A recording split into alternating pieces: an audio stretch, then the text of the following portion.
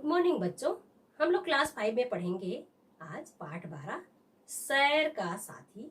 तो दूसरों के मन के भाव समझने के इसके लिए उसकी भाषा को जानना उतना जरूरी नहीं होता जितना दूसरों के प्रति करुणा और दया की भावना रखना।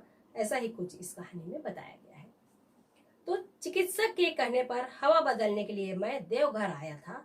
4 दीवारी से घिरे हुए बाग के भीतर बने हुए बड़े से घर में मैं किराया पर रहने लगा। मेरे साथ एक नौजवान मित्र आया था। कलकत्ते में मैं जब बहुत बीमार था तब इसने मन लगाकर मेरी सेवा की थी। यहाँ भी कर रहा था। बीच बीच में वह कहता था, चलिए दादा आज जरा टहल आए। टहलने के नाम पर आनाकानी करते हुए मैं टाल जाता था। तब वह खपा होकर अकेले ही घूमने चला जाता था। उस दिन भी मेरा मित्र मेरे मना करने पर अकेला ही घूमने चला गया था। संध्या होने में अभी देर थी। मैंने देखा कई बूढ़े आदमी तेज चाल से अपने डेरों को लौट रहे थे। उनका चलना देखकर मुझे भरोसा हुआ कि मैं भी कुछ दूर टहल सकता हूँ, इसलिए धीरे धीरे चलता हुआ मैं बाहर निकला। सड़क पर बड़ी देर तक टहलता रहा। अंधकार हो जाने पर मैंने सोचा कि मैं अकेला हूँ, जब लौट चलना चाहिए, मतलब ये सोचा। और लौटने के लिए पीछे मुड़ा तो देखा कि एक कुत्ता मेरे पीछे खड़ा है। मैंने उससे कहा, क्यों रे, मेरे साथ चलेगा? वह थोड़ी दूरी पर खड़ा होकर दुम हिलाने लगा। मैं समझ गया कि वह राजी है। मैंने कहा, तो फिर तू सैर का साथी बनकर मेरे साथ आ जा। तो सड़क के किनारे लालटेन की रोशनी में देखा कुत्ता सयाना था, जरा लंगड़ा लंगड़ा कर चल रहा था। उससे तरह तरह के सवाल करता हुआ डेरे के सामने आ पहुंचा। फाटक खोलकर उसने भीतर बुलाया, आ भीतर आ, आज से तू मेरा जोड़ीदार है। कुत्ता बाहर खड़ा पूंछ हिलाता रहा। किसी तरह भीतर घुसने की हिम्मत न कर सका। इतने में लालटेन लेकर चौकीदार आया और उसने फाटक बंद कर दिया। मैंने कहा, फाटक बंद न करो, खुला रहने दो, ये कुत्ता भी भीतर आएगा तो उसे खाना दे देना। लगभग 1 घंटे के बाद मैंने खबर लेकर जाना कि वह भीतर नहीं आया, कहीं चला गया। दूसरे दिन सवेरे बाहर आते ही मैंने देखा वहीं सैर का साथी फाटक के मतलब बाहर खड़ा है। तो मैंने कहा, कल मैंने तुझे खाने का न्योता दिया था, तू आया क्यों नहीं? इसके जवाब में मेरा मुंह देखते हुए वह उसी तरह पूछ हिलाने लगा। मैंने कहा, आज तू खा कर जाना, बिना खाए ना जाना, समझा? उत्तर में उसने जोर से पूछ हिलाई। शायद उसका मतलब यह था कि सच कह रहे हो ना। रसोइये को बुलाकर मैंने कह दिया कि यह कुत्ता मेरा मेहमान है, इसे पेट भर कर खाने दे देना। मैं जानता हूँ कि रोज बहुत खाने के सामान फेंके जाते हैं, इसलिए कुत्ते को खिलाने में कोई आपत्ति नहीं होनी चाहिए। लेकिन आपत्ति थी, और बहुत बड़ी आपत्ति थी। हमारी रसोई की बचत का अधिकतर हिस्सा मालिन को दिया जाता था। मुझे यह मालूम नहीं था, इसीलिए वो कुत्ते को नहीं देता था। तीसरे पहर में मैं सड़क के किनारे जाकर बैठा। देखा वही कुत्ता पहले से बैठा है। यही नियम नित्य का हो गया।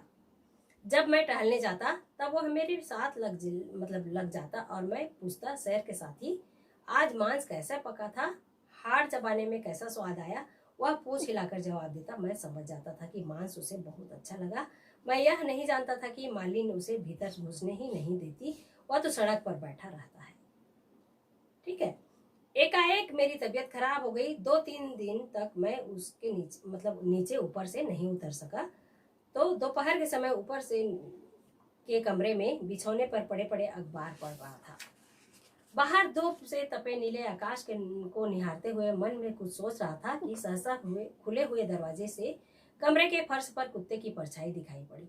मैंने देखा कुत्ता सामने खड़ा पूंछ हिला रहा है। सब नौकर सो रहे हैं, उनकी कोठरियां बंद है।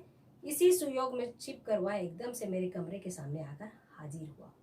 मैंने सोचा कि 2-3 दिन से मुझे नहीं देखा, इसी से शायद मुझे देखने के लिए आया है। मैंने पुकारा, आओ सैर के साथी, भीतर आओ। वह नहीं आया, वहीं खड़ा खड़ा पूंछ हिलाने लगा। मुझे लगा कि उसकी दोनों आंखें जैसे गीली हो रही हैं। वह एकांत में मेरे आगे कुछ नालिश करना चाहता है। मैंने नौकर को पुकारा। दरवाजा खुलने की आवाज होते ही वह वहां से भाग खड़ा हुआ। मैंने नौकर से पूछा, आज कुत्ते को खाने के लिए कुछ दिया था? उसने कहा, जी नहीं, मालिन ने उसे भगा दिया था।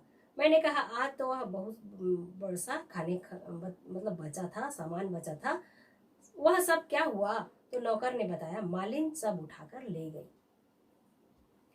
शोरगुल से मेरे मित्र की आंखें खुल गई। वह बोला, दादा की बातें निराली होती हैं, यहाँ आदमी को तो खाने को मिलता नहीं, ये कुत्ते की चिंता किए फिरते हैं। मेरे कहने पर कुत्ते को बुलाकर लाया गया। उसने आंगन की धूल में अपने लिए रहने की जगह पक्की कर ली। धीरे धीरे मालिन का डर भी चला गया। मेरा शरीर सबल नहीं हुआ था। अयोग्य न होने पर भी देवघर से विदा होने का दिन आ गया था। दोपहर की ट्रेन से जाना था। फाटक के बाहर गाड़ियों में सामान लादा जाने लगा। कुत्ते की व्यस्तता देखते ही बनती थी। कुलियों के साथ दौड़ दौड़ कर भीतर बाहर चौकसी कर रहा था, जैसे देख रहा हो कि वो कहीं कुछ खो न जाए, छूट न जाए। सबसे अधिक उत्साह उसी में नजर आ रहा था। एक एक करके गाड़ियां स्टेशन की ओर चल रही थी। मेरी कार भी चलने लगी। स्टेशन बहुत दूर था। वहां पहुंचकर उतरने लगा तो देखा कुत्ता सामने खड़ा है। मैंने कहा, क्यों रे, तू यहाँ क्यों आ गया? उसने पूछ हिलाकर इस प्रश्न का उत्तर दिया। क्या जाने उसके क्या माने, मतलब क्या माने थे उसके। टिकट खरीदे गए, माल असबाब की तौल की गई। मित्र ने आकर खबर दी कि ट्रेन से छूटने में बस 1-2 मिनट की ही देर है। जो लोग विदा करने आए थे उन्हें मैंने इनाम दिया। कुछ पाया नहीं तो केवल कुत्ते ने। हवा में धूल उड़कर पर्दे की तरह छा गई। जाने से पहले उसी पर्दे के भीतर से मैंने अस्पष्ट देखा कि मेरा शहर का साथी स्टेशन के फाटक के बाहर खड़ा एकटक मेरी ओर ताक रहा है। ट्रेन सीटी देकर चल दी। आंखों से ओझल हो जाने तक मैं उसे देखता रहा। किसको? कुत्ते को।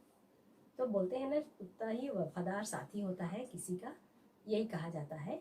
तो कौन उसका साथी था? लेखक का कुत्ता। ठीक है। तो लेखक को भी कुत्ते के लिए बहुत प्यार था और कुत्ते को भी लेखक के व्यवहार से कुत्ते को भी उनके प्रति प्यार था। ठीक है। आप लोग भी इस पाठ को पढ़ेंगे बच्चों। ठीक है। Thank you.